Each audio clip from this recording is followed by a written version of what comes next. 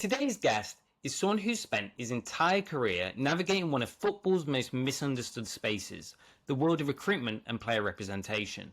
Tony Sharkey is a FIFA licensed agent and the founder of the Football Transfer Forum, a platform that's becoming a meeting point for scouts, agents, and decision makers across the football pyramid.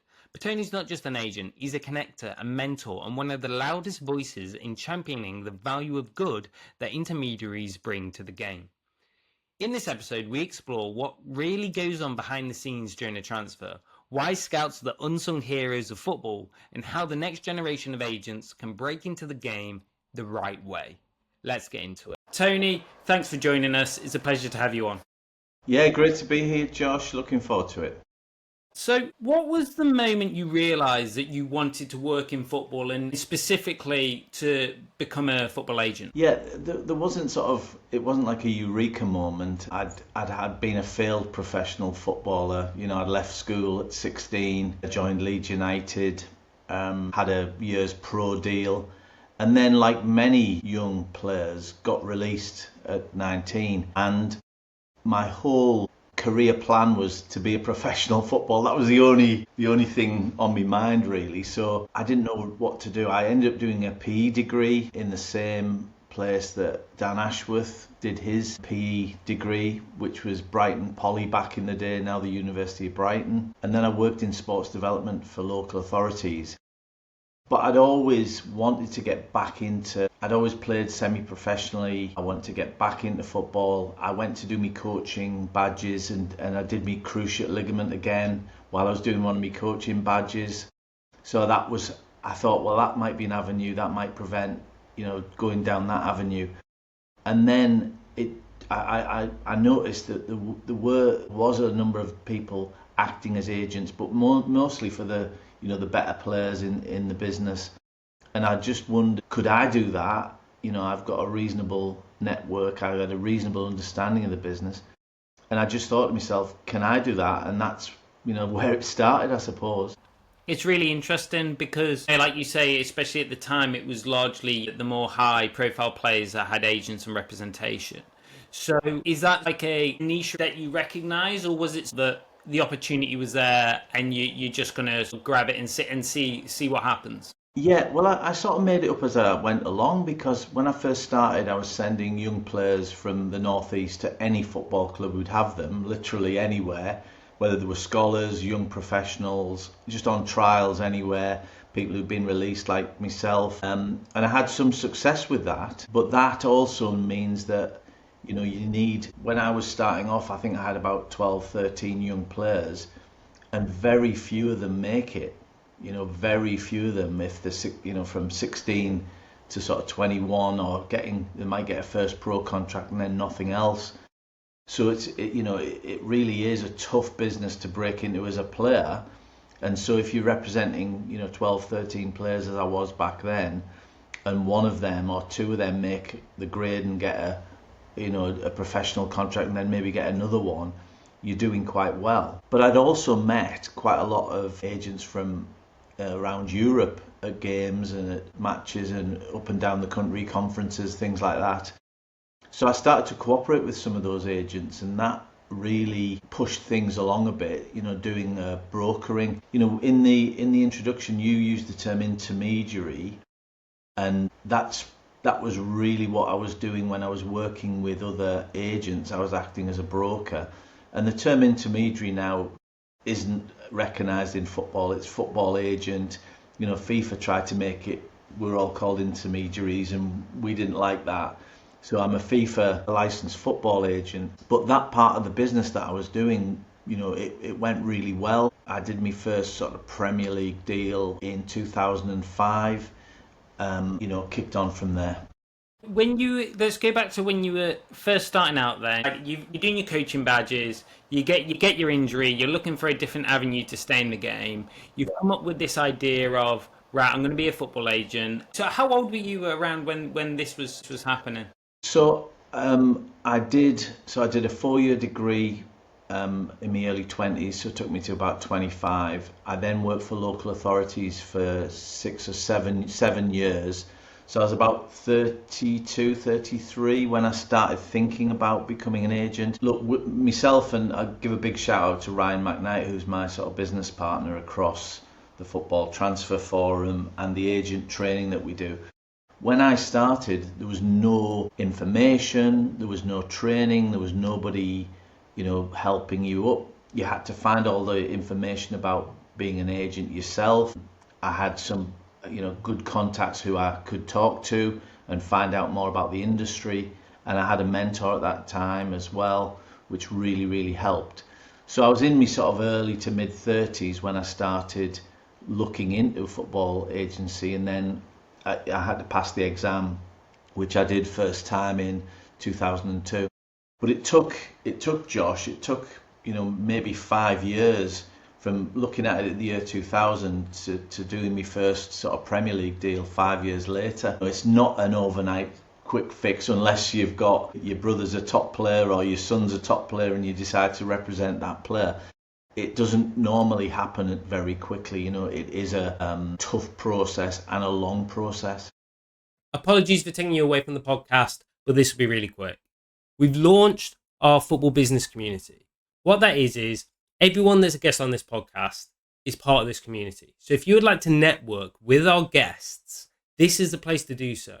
We have a live Q&A with every podcast guest on, so you can ask your questions rather than just listening to mine. If it's something that sounds interesting to you, there's a discount code in the description below. Use it, click the link, join the community. Right, that's all from me. Let's get back to the podcast. I think it's really interesting to get that perspective of like how quickly. I mean, to be fair, I think a lot of people who are looking at maybe becoming an agent or is something that they're interested in, I think the journey from starting to getting a Premier League deal, I know this is obviously early 2000s, but still that seems a pretty significant journey from, start to Premier League in almost 5 years. How did you go about getting your first client? Well, the reason why I asked about the age as well is because you stopped playing around 19. I imagine if you were still early 20s, mid 20s, you might have still had a lot of connections to the players you played with, so it was almost a natural thing. But it sort of come 35, the players you played alongside wouldn't have been the best people to represent because it'd be much harder to get another 35-year-old. But I'd had a bit of life experience. I'd had some decent work experience. I'd always played at non-league football, so I had some connections.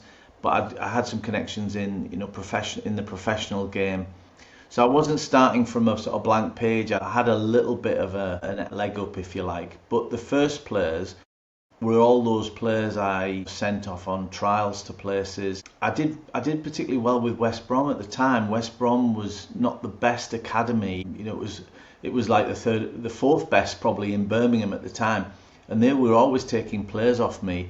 And I signed one of the other lads who'd come into West Brom from, Man United as a academy graduate. I signed him, and he made a professional career and just retired recently at 35. The first players that I had were those players that had been on trial went on trial at clubs and got scholarships and first year pros and that. And then as I built on, I worked with other agents as well to do deals. So you start out, you're an agent, you've got your first deal. Talk about 5 years in now, you get your first Premier League deal. How did it come about? Yeah, it's if you do some good work with young players, then more parents will see that and they'll think, he seems like a good guy, a good agent. He seems to be busy, he seems to be active. I think a lot of agents, the top agents network is fantastic, so they can pick up the phone to anyone, or they've got the number of the right people in the business. And I think that's one of the key drivers for success. You've got to have that really strong network in the football business. And people change jobs a lot in football. We've noticed the sort of phenomenon of sporting directors were coming into clubs, a supposedly long-term appointments, supposedly looking at sort of 3 to 5 years in a club. And some of those have lasted, less than 6 months or, less than a year. So I think it's about building up your network. And I think that's one of the key things that we talk about on the FTF agent education courses, is building that network, getting out there being at games, meeting new people, I've always connected with other agents. That's why I enjoy doing the football transfer forum, because it's all about connections and knowing people in the business. And if you can help and collaborate on a deal with an agent who doesn't have the network in this country, which is where I've always targeted my work, then it can work for both parties. The other thing that when you talk about connections, one connection that must be really significant, other than to other agents, but also to scouts, right? Because you're constantly on the lookout for high quality talent to recruit and come under your wing. So what does the relationship between agents and scouts look like? And how does that work across the industry as a rule? Yeah, I mean, I've known, and I know so many scouts over the years, and I have to say, as a group, they're underpaid and underappreciated, in my opinion. When I first started, I went to an under-14s game in Newcastle, watching a under-14s competition and looking at young players coming through to maybe represent them when they turn 16. And there was a Stoke scout there at the time. I got talking to him, and I've known him all the way through my sort of 25 years of being a football agent. He's working for Newcastle now, but these scouts move around the chip. But they're the eyes of football clubs. They're the information gatherers. They find, the players. Obviously, I don't really want to talk about data and scouting. It's it's really, it's been done to death talking about scouting and data. But people that can go to a game and identify top talent, for me, they should be paid a lot more than they perhaps are at the moment.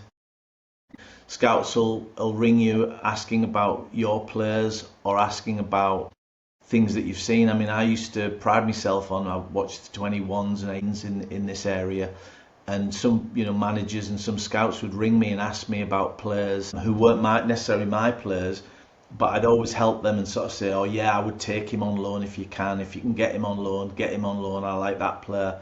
And I've done that over the years too as well, and that sort of builds up your confidence from your network and confidence from the scouts that you're dealing with. So it's not all a transactional thing where, do you want one of my players or not? It's, I can help you in the industry, and hopefully that'll build a good relationship. And it's all about that. It's such a people business, Josh. If you're not a people person, it's going to be tough for you to be a football agent. Yeah, definitely. As much as you're representing the player from a legal point of view in terms of dealing with the negotiations and the contracts, you're very much dealing with the person first. And that's your primary objective, is to make sure that your relationship with the people that you represent is strong. Well, we've seen a real rise in player care in the top clubs are doing some fantastic player care work. But when I started, the agent's job was player care. You were all about making sure they're happy, making sure, if they're going on loan, they were settled, and where they're going to stay, all of the practicalities that people in player care talk about. It was the agent's job back then for every single one of your players. I've been lucky enough to have players who can navigate, they can find schools for the kids. They don't have to, you're not spoon feeding them necessarily, the grown men who know what they're doing. But, some of the younger guys need a lot of support. I can imagine, especially for a lot of young players, it might be their first time moving away from home. The whole move away is a really big part of their, not just their career, but also their life as well. I like to talk about, and this is sort of, people view agents as they're doing deals to make money, and that's the be all and end all. But it ain't that. It's not that at all. It's being there in critical moments of a player's career, and being there with some either good advice, some support, or some guidance. And by critical moments, I mean, it might be, you might get released, you might get your first professional contract, you might get sent out on loan because they want to develop you at a lower club, you might get sent out on loan because they don't want you anymore, you might have a serious injury, you might have a personal decision to make in your life about which club you should move geographically. So all of those things are really important to get right, because if you get one of those things wrong, or you go on a loan and it doesn't really work out and you're unhappy, it can really affect your playing career. And then as I've been in the business a lot more, it's things like national team duty, how does that work? And things like second careers. So I'm lucky enough to have 5 or 6 players now who've had a career, retired, and then are doing something in football still. There's a couple who are not in football, but somebody being a coach, a head of a particular section in a professional football club. So I've got a couple of coaches on me sort of roster as well now. So that's exciting for me, and that's a sort of new area that's happened over the last sort of 4 or 5 years. I think that's a really exciting time, but also it shows that your dedication and the quality relationship that you built with the clients that you have, because of the fact that they're willing to keep you on post playing career and still value the advice and service that you offer them. Yeah, and look, the second career, it's another critical moment, because if you think about it, you've been in football since you left school, basically. You've been in that male changing room environment. You've been in an environment where you're told what time to train, what to eat, when to go to matches, when to go to bed, all the rest of it. And then when you finish, almost life changes. You're on real world money, as I call it. You're on, like, it's not going to be per week, it's going to be per year, the amount you're earning. Do you know what I mean? It's like you're getting into sort of real world stuff. And that needs to be sort of talked about, planned, so players are ready. So they've done some, if they want to stay in football, they've done some coaching badges, they've done some education. The PFA have had this sporting director course. There's all sorts of different things that you can do to stay in football post-career. And, I say to some of my clients, you never know, your second career might be even better than your first. You might get higher as a coach or as a whatever, physio or what, than you did as a player. So you've got another 30 years to, another career in the next 30 years, and that needs to be sort of managed. And like I say, I'll probably start talking to the players a little bit late, but I sort of think 30 plus, start talking about that and making sure you've done all the steps, so that when you do retire, the worst thing that can happen is you're not doing anything for a year or 6 months, and you're just in a new situation where some people won't take to it as well as others, put it that way. One player that I hope you don't mind me bringing up that people would argue has had, they were both really strong, but has had a really strong career post-playing, is Pep Guardiola. Are you okay to talk about that a little bit? Yeah, I can do. Yeah, it's out there in the public domain. I did a piece for the BBC. They did a nice documentary actually called Pep Guardiola Chasing Perfection. So I had a little cameo in that, just talking about when he came on trial to Man City.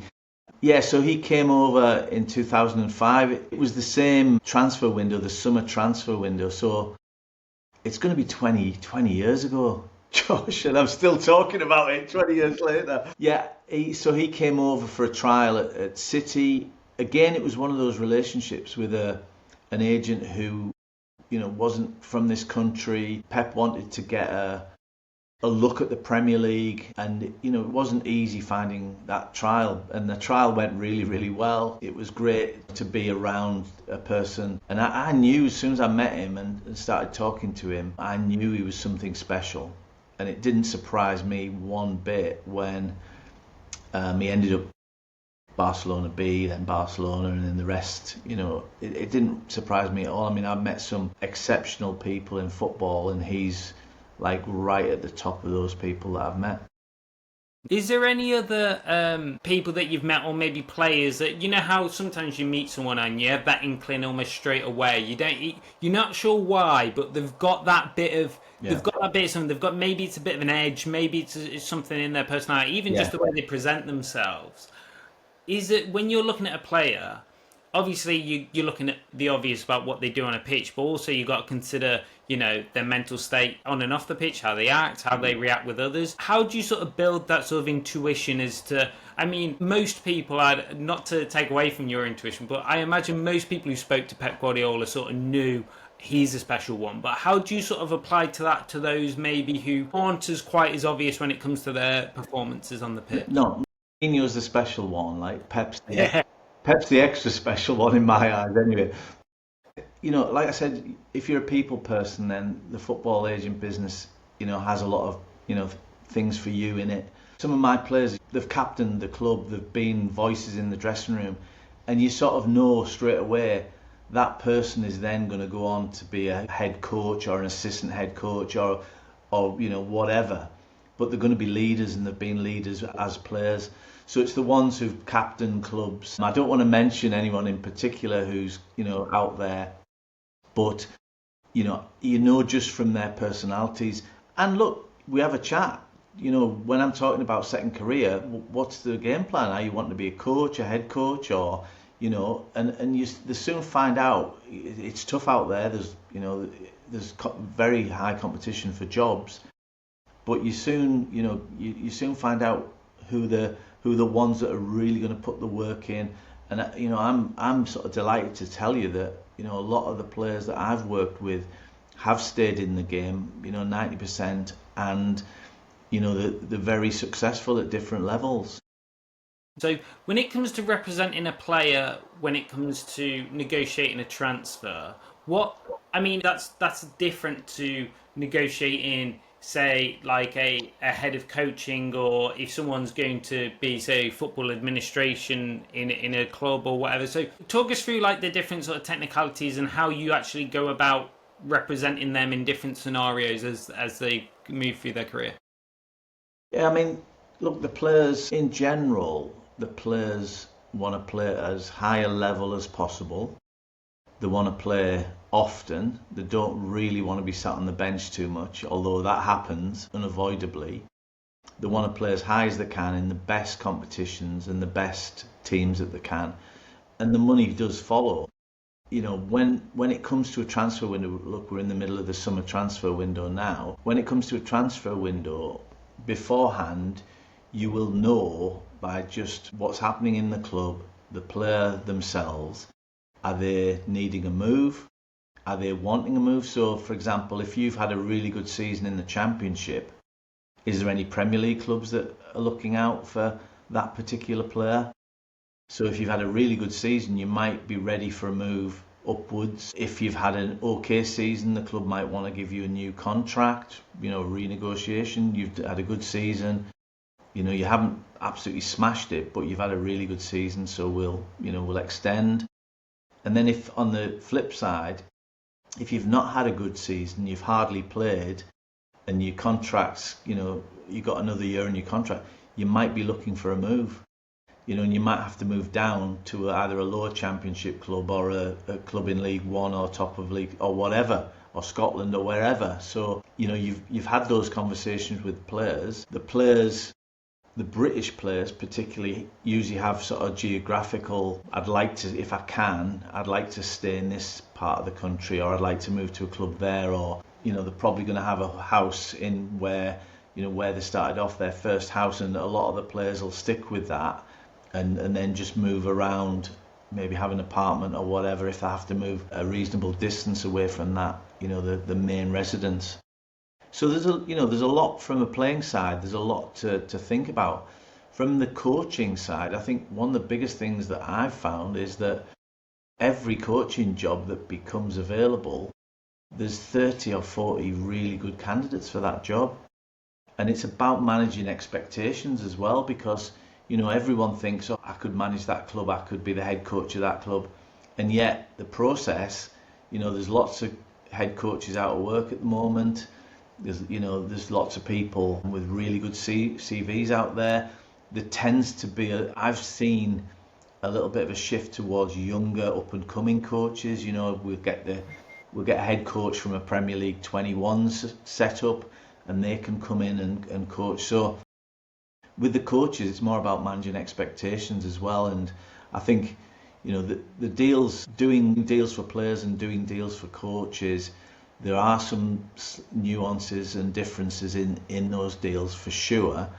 But the basic terms and contractual responsibilities are very, very similar. Yeah, I think it's a really interesting point you make there around the process of how it works, especially when the supply is so high and the demand is so little when it comes to jobs. There's only so many professional football clubs across the country. One of the things that I wanted to sort of go into a bit more detail about was when it comes to players who are not trying to force a move, but where the player is no longer happy to play at the club in which they're currently playing at. That's a really good question, Josh, and it has happened quite a few times over my sort of career as a football agent. It's tricky. I think there's two things that can happen. You know, the club want to retain the player, but they want to, they'll listen to a transfer fee. But if that transfer fee doesn't come up to their expectations, then it's in their sort of gift to sort of say, no, he's not going for that. We want more than that.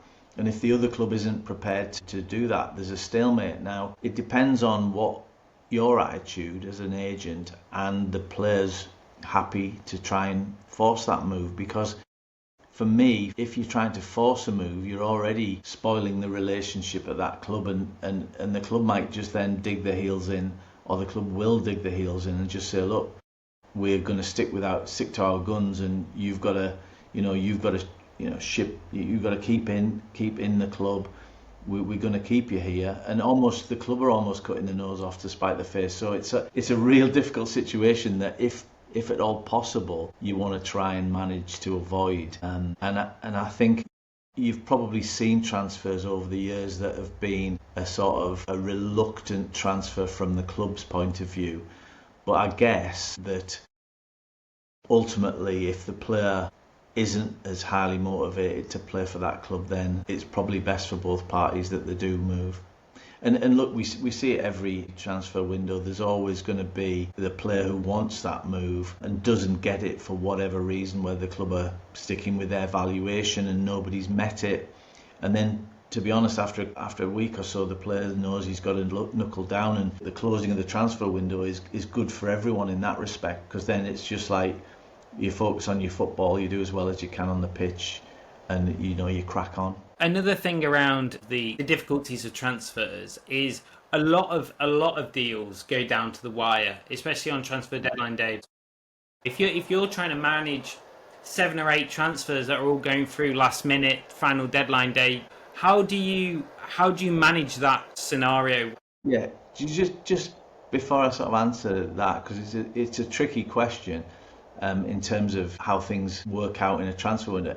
Everyone, the clubs and the players, would prefer to move in really good time and get into a pre-season early in the summer transfer window.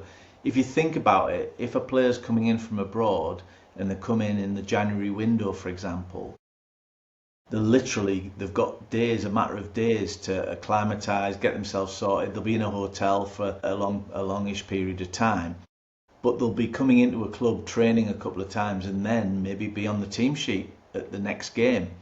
So every player and every club sets out their stall for their transfer window dealings. Clubs will need 6 or 7 new players to come in. They want them to come in on the 1st of July for pre-season or whenever it is. But in reality, there's so many moving parts that the clubs are having to deal with, that the agents are having to deal with, that's why it sometimes goes all the way to the wire. And I'm a fan of the transfer window. We haven't always had the transfer window, but at least it gives a cut-off point and a deadline for clubs to say, right, we've got our allotted number of players that we need, and then that's our business done, and it's a cut-off period for everyone. Sometimes your player can be wanted by 2 or 3 clubs who are all maybe talking to you and seeing what numbers fit, are also talking to the club and offering whatever transfer fee that they think is appropriate. And so there's a lot of wheeling and dealing on both sides of the equation. And I think that's sort of normal, understandable. And yet the player, for me, I always operate on the basis of the players, that the ultimate decision maker. You can give your advice and guidance, and you can say, well, this is where we're at financially, but which is the better club in my mind for your football career? And I'll say that, but ultimately it's the player that decides which one he chooses. And I think that's the best way to do things from an agent's point of view, because then, you know, they've made the ultimate choice. It isn't you saying, right, you're going to go there and you're going to get paid this, and that's where I think, you know, it's all on you if it doesn't work out. And let's face it, you know, players do move. You know, the transfer deadline day used to be really exciting, and we had Jim White at various, you know, shouting about various transfers around the country.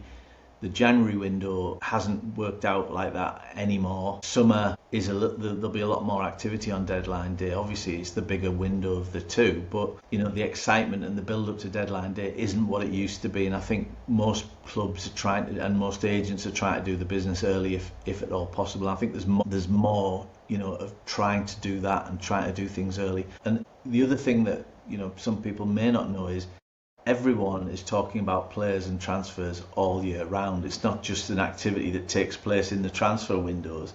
It's something, you might be trying to sign a player in January and don't sign for whatever reason, the money or whatever, and then you sign that player in the summer. So that it's been talked about over 9 months, and it happens in the summer. So there's a load of different variables going on. Transfer deadline day, from obviously when I previously worked at the EFL, was always just an absolute crazy day. Yeah.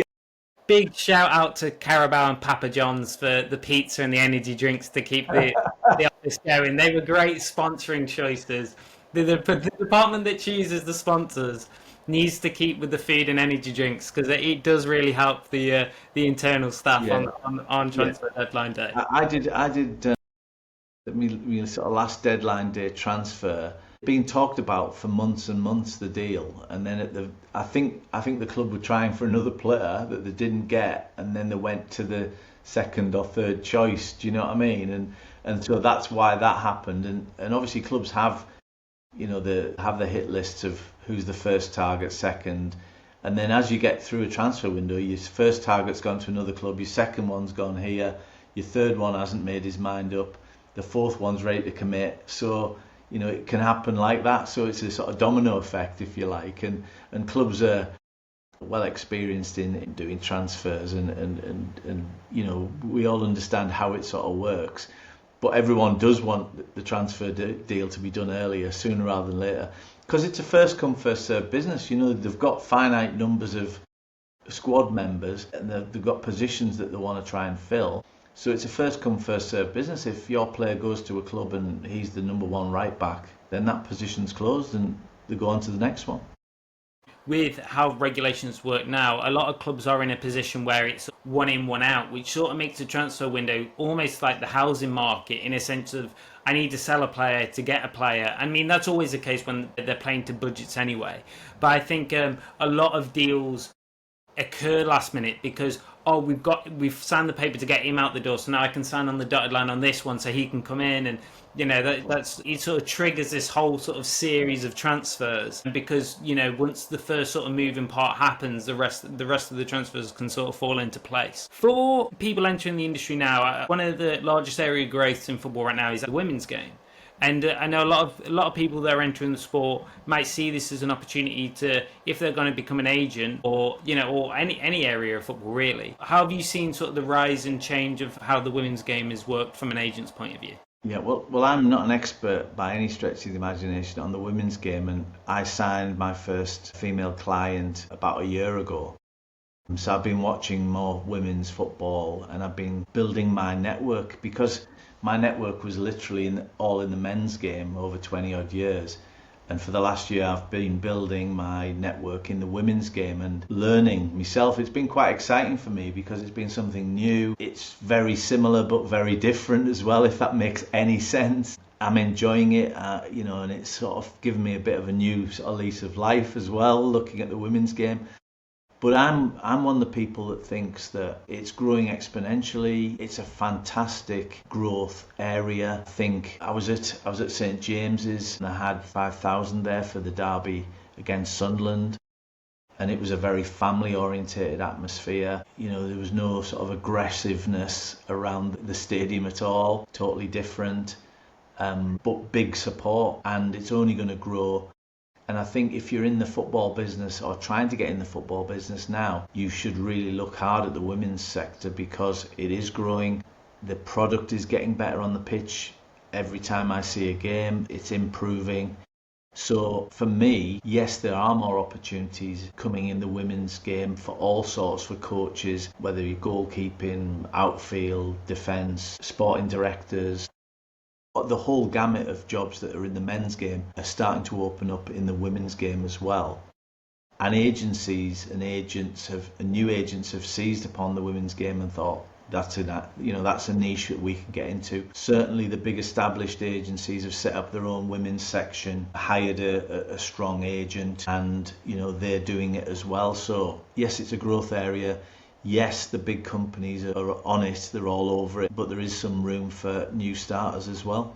Another interesting thing for anyone that's looking to go into being a football agent is the decision of going as almost like a sole trader or looking to get employment within one of the big firms. Is there a pathway that's better suited, or is there a reason why you would choose one over the other? Well, first and foremost, the number of opportunities for agents is very, very small. So we've got 10,000 licensed FIFA agents in the world. There'll be more after this last exam, which was on the 18th and 19th of June. So that figure will rise. From those 10,000, there's around 1,800 agents who are registered with the English FA as well, which you have to do. So that's quite a big number. A lot of those will be start-up new agencies trying to get into the business. There's very few opportunities with the big, even the big companies that have got lots of agents. They've got scouts, they've got people doing marketing.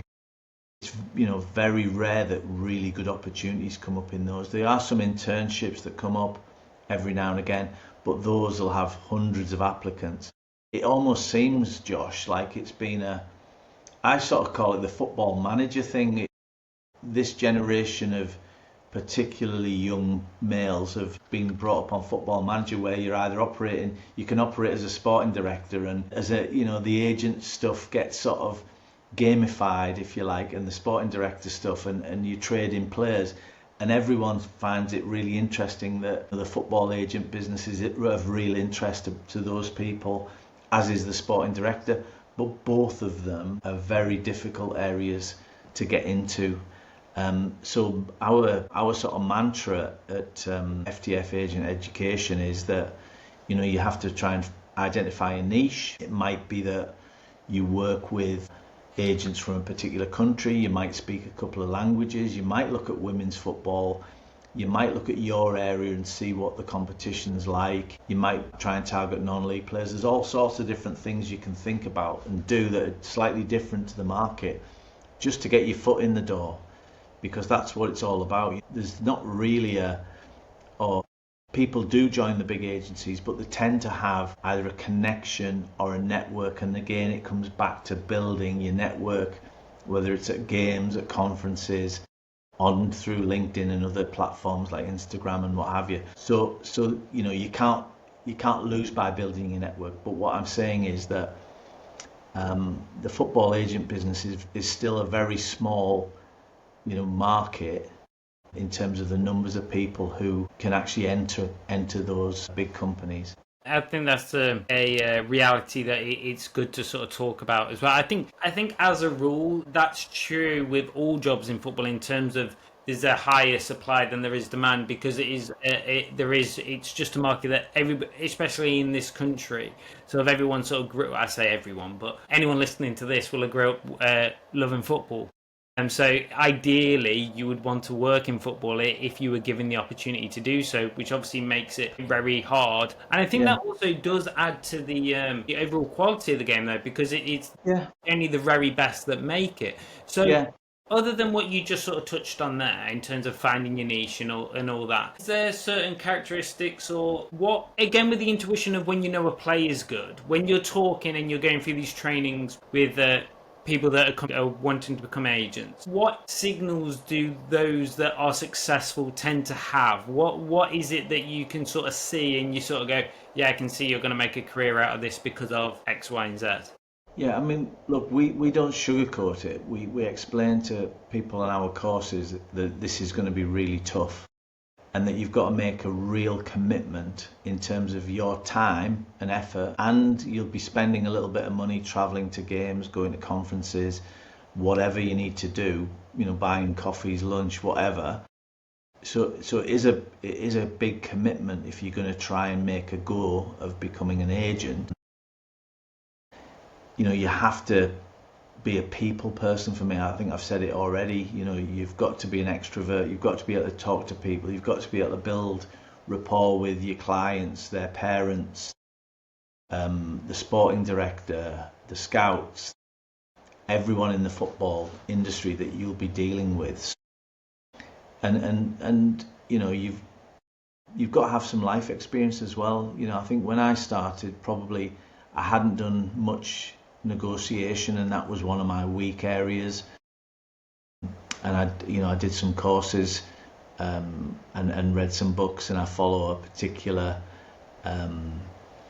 negotiation guru, if you like. But you've got to put the work in yourself. I think when I started, I was doing a hell of a lot of hours, just not making any money particularly, but just getting a foothold in the business and getting a foot in the door, so to speak. But look, agents can be from any background.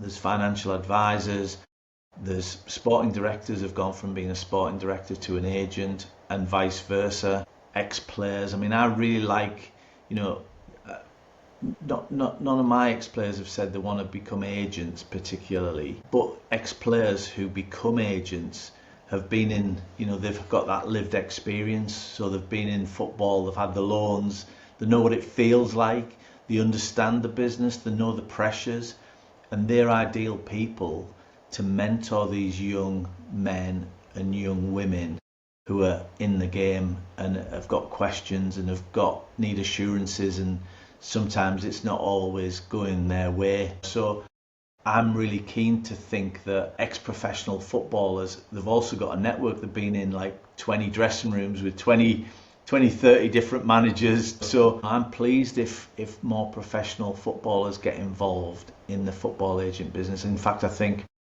the PFA should run an agent-specific course. They might do, but I think they should, because it's a growth area for players and it plays into their skill sets as well. And maybe, further along, the line that, the agents will have a stronger voice within the game and be more respected, because I think we've always been looked upon as in a negative light, particularly in the media.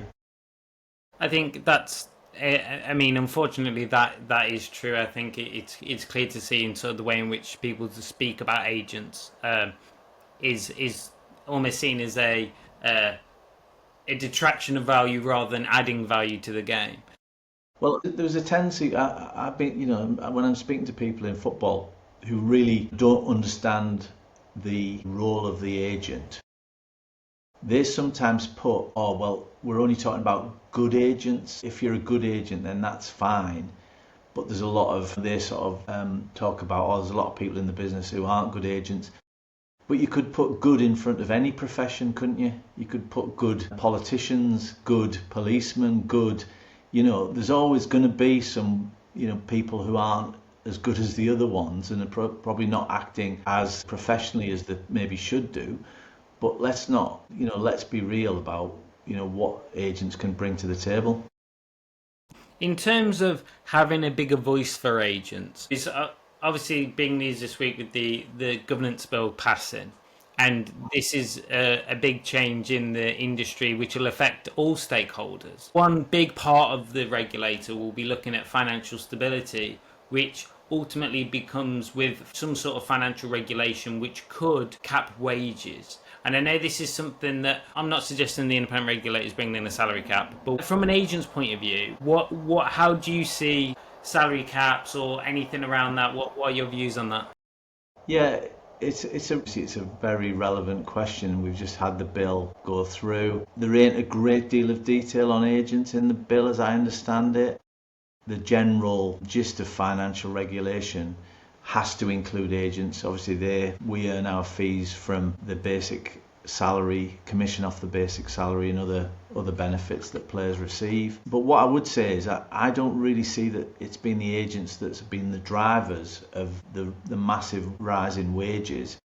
I think the way football is set up with relegation and promotion, and the top teams are getting the benefits of whether it's the Champions League or better attendance or better whatever it is, and the other really important factor is that the relationship between the clubs that pay higher salaries, pay higher transfer fees, and success is a very close one, isn't it? It's almost like the best teams who play over the short term and the longer term seem to do better. The correlation is almost there, isn't it? As precise that those you can look at the Premier League and look at the budgets and almost get all of the positions almost right. There's some outliers like the Brentfords and Brightons of this world that do better than their finances suggest that they should. But generally, football's it's a winner takes all, and obviously the losers, the people who get relegated, suffer. And in that way, it just encourages the spending of more money because it relates to your league position. And I think the new investment and new owners that have come into the business, to the football business in this country. And when Todd Bowley took over Chelsea, there was an immediate splurge on wages and salaries of transfer fees and salaries of players. And that's exacerbated things as well. There's the Saudi Pro League now that are paying out big numbers, and that if a player's got an option and he's debating whether to go to the Saudi Pro League or stay in the Premier League, the Saudi Pro League can probably outspend most of the Premier League clubs there's no tax and what have you. So the wage bill seemingly going up year on year, and look, that's the agents are benefiting from it. Of course they are, but I don't think they're the root cause of it. Salary cap, Josh, it's almost like is there any other businesses that have salary caps? Do we salary cap actors, for example? Whatever Tom Cruise earns for playing Jerry Maguire, he's well entitled to it because the numbers add up. If the film grosses, 500 million or whatever, he gets his pay. Everyone's happy. His agents gets 25%, not 5% like the football agents get, but everyone's happy. Do you know what I mean? And so why would you want to cap that? I think we've got me as a football fan, I think we need to protect those fans who can't pay the big season ticket costs. We need to have a certain number of fans who've been supporting the club for a lot of years protected. And I think there's an argument to have some mechanism that helps the people who've been supporters of football over the communities that have been supporters of football over the years as well. And I think hopefully the bill will help with that. So that's a really nice place to finish. Thank you so much, Tony, for coming on and becoming part of the Goal Assist community.